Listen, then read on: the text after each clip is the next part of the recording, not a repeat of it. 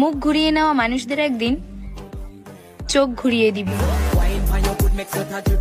কেউ তোমার নামে কটু কথা বলতেছে, তোমার পিছনে সমালোচনা করতেছে, জাস্ট ইগনোর। এক কান দিয়ে শুনে আরেক কান দিয়ে বের করে দাও। বিশ্বাস করো, যেদিন থেকে তুমি এটা বলা শিখবে যে আই ডোন্ট কেয়ার, সেদিন থেকে তুমি হবে পৃথিবীর সবচাইতে সুখী মানুষ। অরুণ ভাই, সবসময় ভালো কর্ম করবেন, দেখবেন উপরে গিয়ে ভালো ফল পাবেন। ভাবি, আমি তো সবসময় ভালো কর্মই করতে চাই, দিন শেষে গিয়ে দেখি যা করছি সব অপকর্ম হয়েছে। আচ্ছা অরুণ ভাই, আপনি দুনিয়াতে যেই পরিমাণে কর্ম করছেন, উপরে গিয়ে কি পরিমাণে ফল পেতে পারেন বলে মনে করেন? আমার হিসেবে দুনিয়াতে যে পরিমাণে কর্ম করছি, উপরে গিয়ে ফল তো দূরের কথা, ফলের ছোলা পাবো কিনা সন্দেহ আছে। দিনের শুরুতে মনে হয় জীবনে টাকার প্রয়োজন বেশি, আর দিনের শেষে মনে হয় জীবনে শান্তির প্রয়োজন অনেক বেশি। শোনেন না পুরা, আমার জন্য কাউকে পরিবর্তন হতে দেখিনি, কিন্তু অন্যের জন্য নিজেকে এবং নিজের ইচ্ছাগুলোকে বারবার পরিবর্তন করেছি। তবুও আমার গল্পে আমিই দোষী, এটাই বাস্তব। শুনে না পুরা, শ্বশুর বাড়ি গিয়ে ধৈর্য ধরাও শিখলাম, মানিয়ে নেওয়াও শিখলাম, নিজেকে সান্ত্বনা দেওয়াও শিখলাম। শুধু শিখতে পারলাম না মিথ্যা অভিনয় করে মানুষের মন জোগাতে। সমাজে এখন সত্য কথা বলাটাও যেন অপরাধ হয়ে গেছে। হয়তো ঝগড়া সৃষ্টি হয়, নয়তো সম্পর্ক নষ্ট হয়। সময় আমাকে একটা জিনিসই শিখিয়েছে, পরিচয় সবার সাথে রাখো, সম্পর্ক নয়। বিনা কারণে যখন দেখবেন যে আপনার শত্রু সংখ্যা বেড়ে গেছে, তখন ভাববেন যে আপনি একজন সফল মানুষ, আপনি সঠিক পথেই হাঁটছেন। কারণ মানুষ ব্যর্থতায় নয়, হিংসা করে সফলতায়।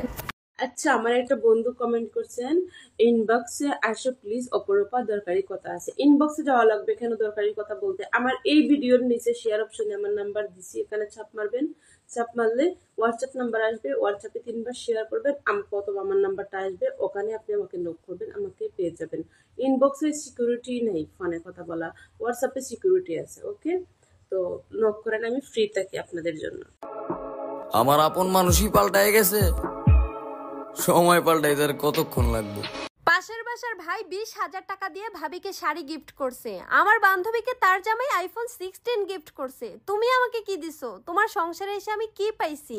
এইসব কথা যে মেয়েরা বলে, স্বামীর অবস্থা না বুঝেই স্বামীকে প্রেসার ক্রিয়েট করে, বিশ্বাস করেন ওই সংসারে কোনোদিনও সুখ আসে না।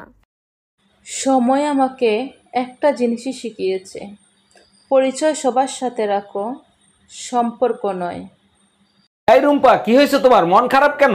আজকে নতুন কাজের মহিলা আসছিল, 10 খান করে রুটি বানাবে, মাসে 1000 টাকা নিবে। আরে কাজের মহিলার টাকা তো তুমি দেবা না, আমি দেবো, তোমার মন খারাপ হবে কেন? আরে মন খারাপ হয়েছে তো তখন, 20 বছর ধরে আমিও রুটি বানাচ্ছি, সেই হিসাব করে। কিছু মানুষ আমারে দেখতে পারে না, ব্যাপারটা এমন না যে আমি তাকে বাড়া ভাতে ছাই দিছি কিংবা তারা আমার শত্রু বা তার সাথে আমি ঝগড়া করছি। ব্যাপারটা মূলত হচ্ছে প্রতিহিংসা আর অহংকারের। আজ যারা তোমাকে শিখিয়ে দিচ্ছে ইগনোর কাকে বলে, সময় হলে তুমিও তাদের বুঝিয়ে দিও আফসোস কাকে বলে।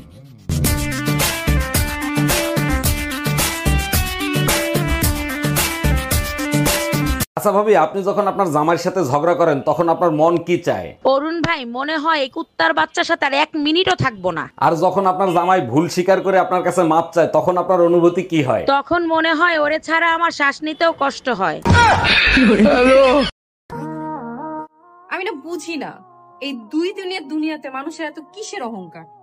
আজকে মরলে কালকে একদিন হয়ে যাবে, মাটির সাথে মিশা যাবে এই দেহ, তারপরে মানুষের অহংকারের শেষ নাই। কারো টাকার অহংকার, কারো গায়ের চামড়ার অহংকার, আর কারো ক্ষমতার অহংকার।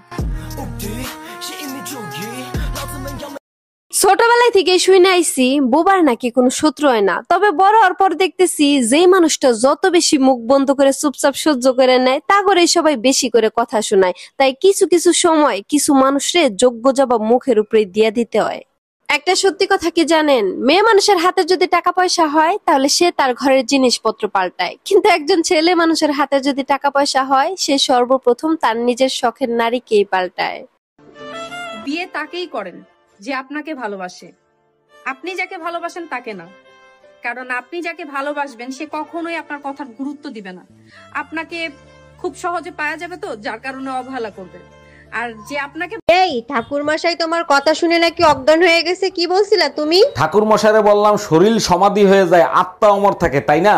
এটা তো সবাই জানে, এর জন্য ঠাকুর মশাই অজ্ঞান হইতে পারে না। অজ্ঞান হয়েছে কিসের জন্য সেটা বলো। যখন বললাম শরীর যখন দুনিয়াতে সমাধি হয়ে যায়, তাহলে নরকে গরম তেলে ফ্রাই করে কারে?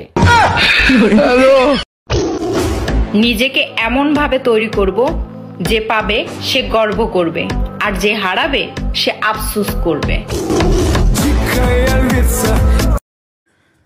শুনেন, যারা তোমাকে ধরেই নিয়েছে তুমি খারাপ, তাদেরকে প্রমাণ দেওয়ার দরকার নেই যে তুমি ভালো। হিংসুক মানুষের মনে শান্তি কম, কারণ সে অন্যের শান্তি দেখে জ্বলতে জ্বলতে নিজের শান্তি পাওয়ার টাইমই পায় না। এই ছাগলের মতো জাবর কাটতেছো কেন? কি খাচ্ছ তুমি? হজমোলা খাচ্ছি, ডাক্তার বলছে হজমোলা খাইলে হজম শক্তি বাড়ে। কোন গাধা বলছে? আজ পর্যন্ত শুনছো কোনো কিছু মেয়েরা পেটে হজম করতে পারে? ছেলেদের থেকে মেয়েদের হজম শক্তি বেশি। আজ পর্যন্ত শুনছো কোন মেয়ের বয়ফ্রেন্ডের কথা হাজবেন্ডের কাছে বলছে? আমার মায়ে কইতা, যার লাগি যে কুফ কাটে ও কুফা ফইরা হেও মরে। কথাটা কিন্তু বাস্তব মিলি গেল। যেখানে ভুল নেই সেখানে মাথা নত করবেন না, আর যেখানে সম্মান নেই সেখানে অবস্থান করবেন না, জায়গাটা বদলে দিবেন।